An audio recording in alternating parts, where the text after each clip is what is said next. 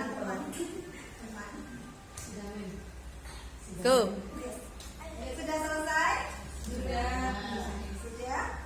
Baiklah, kita akan bahas soal yang pertama. Mencatat 10 kali di dalam buku kalimat "Saya tidak akan terlambat lagi karena datang terlambat ke sekolah".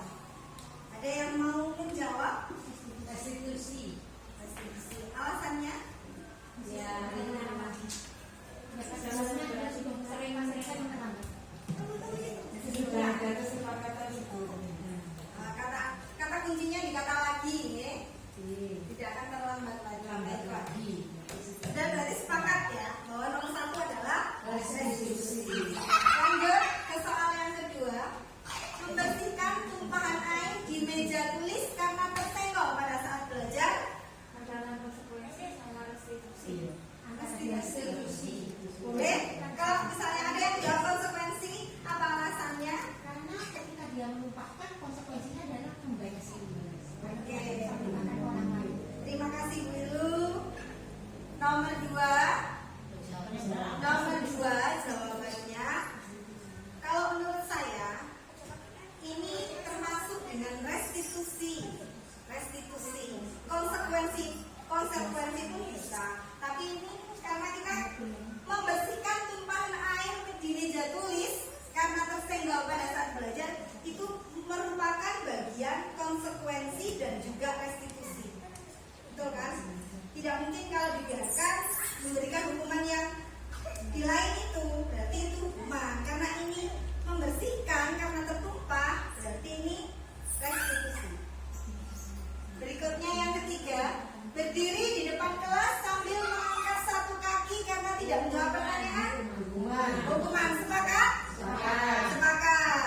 Oke, sip. Perlu alasan ini? Sudah jelas setelahnya. Yang berikutnya, kehilangan 10 menit jam istirahat untuk mengerjakan tugas karena terlambat datang dan tertinggal pelajaran selama 10 menit. Restitusi. Ada yang mau berpendapat? Sudah jelas? Sudah tahu? Oke. Lanjut. Lari mengelilingi lapangan basket. Hukuman. Mas, sudah benar. Murid diminta untuk push up 15 kali. Oke. Ada yang benar semua jawabannya? Ada. Oke, terima kasih. Lanjut. Sebelum kita masuk restitusi, kita mau main-main dulu atau lanjut?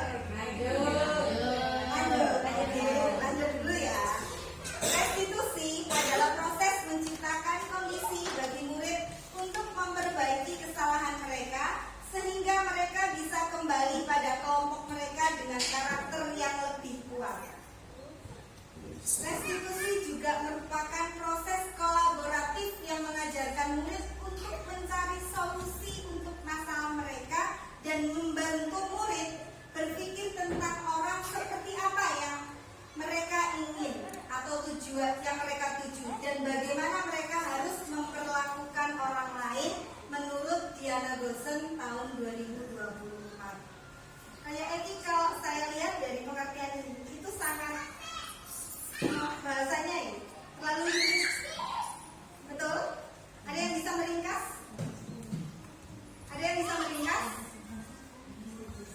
Restitusi?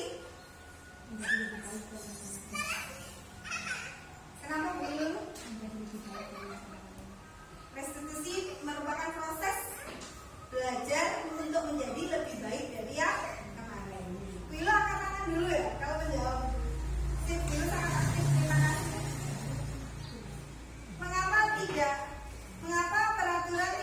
Mengapa harus keyakinan kelas? Mengapa tidak peraturan saja? Mengapa harus keyakinan kelas? Di sini dicontohkan. Mengapa kita memiliki peraturan harus menggunakan helm bila mengendarai kendaraan roda 2 saat pandemi Covid? Mengapa kita memiliki peraturan 3M menggunakan masker, mencuci tangan, dan menjaga jarak 1,5 meter? Jadi itu alasannya.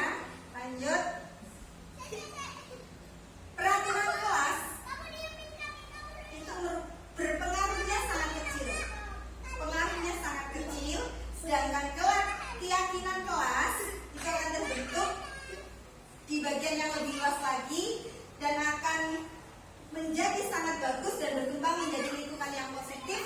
sehingga terbentuk budaya yang positif.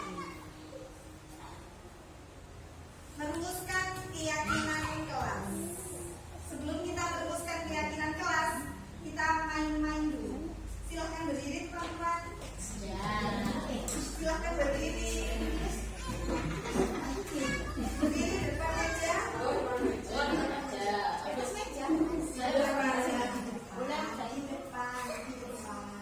Monggo. Oke. Monggo. Dapat. Mainnya gampang.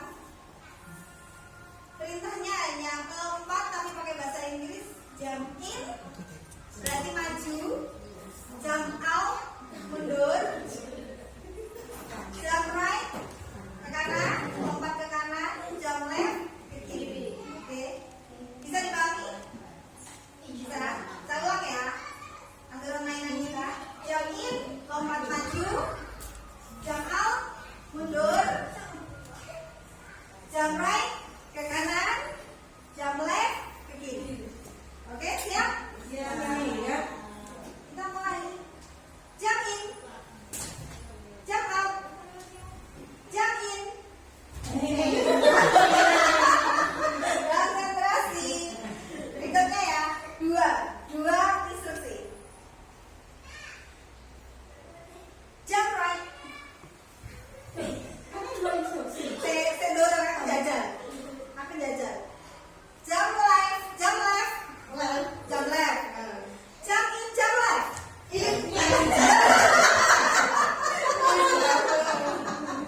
Konsentrasi lagi ya. Lagi. Jump out, jump right.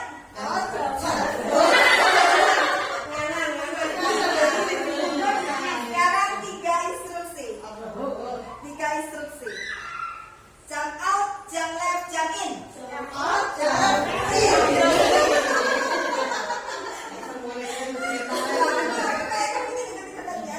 Sekarang ulang ya, tiga kali instruksi. Jump out, jump right, jump in. Benar. Silakan kembali ke tempatnya teman-teman.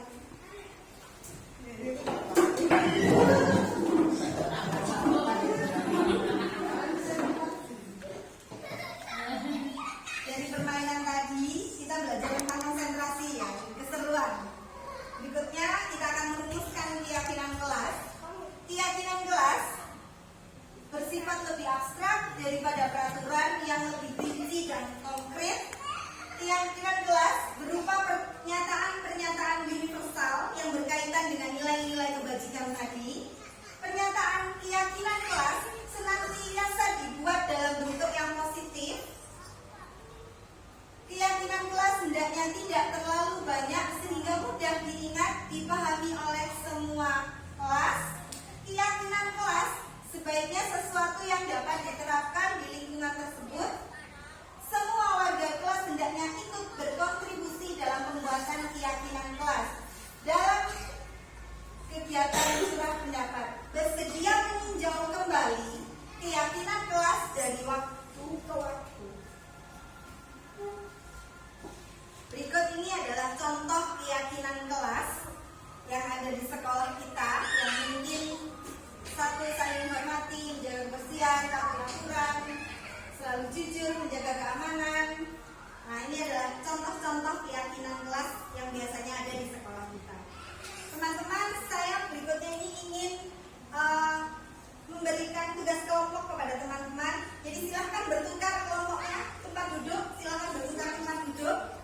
Silahkan duduk, jadi pisah. Pindah, ini pindah sana, ganti-ganti, saling itu. Pindah kursi. Pindah. Pindah tempat, jadi tidak boleh dengan tempat yang sama.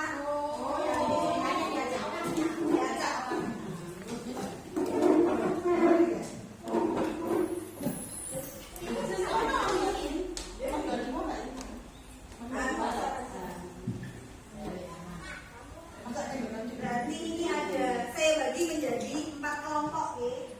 Tugasnya adalah menuliskan perbedaan antara peraturan kelas dan keyakinan kelas. Silakan ini mau diberi nama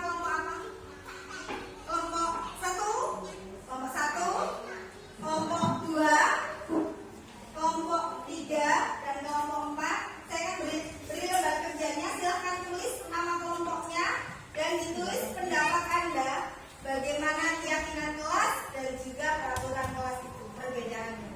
Bisa dipahami? Bisa? Saya akan bagi ke kelas.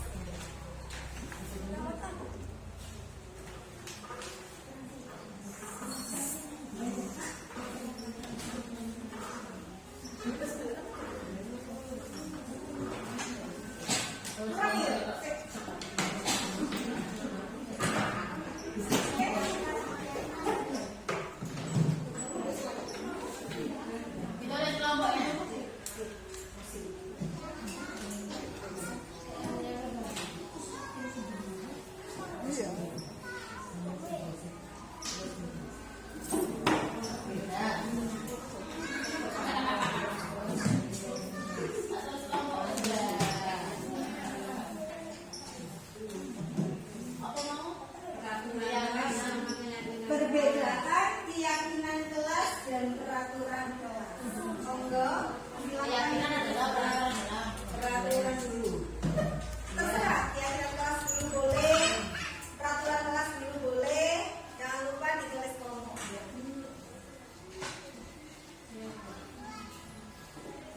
Waktunya 15 menit.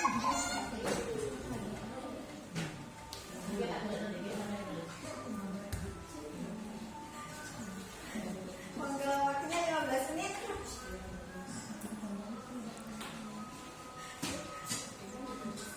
Monggo, silakan.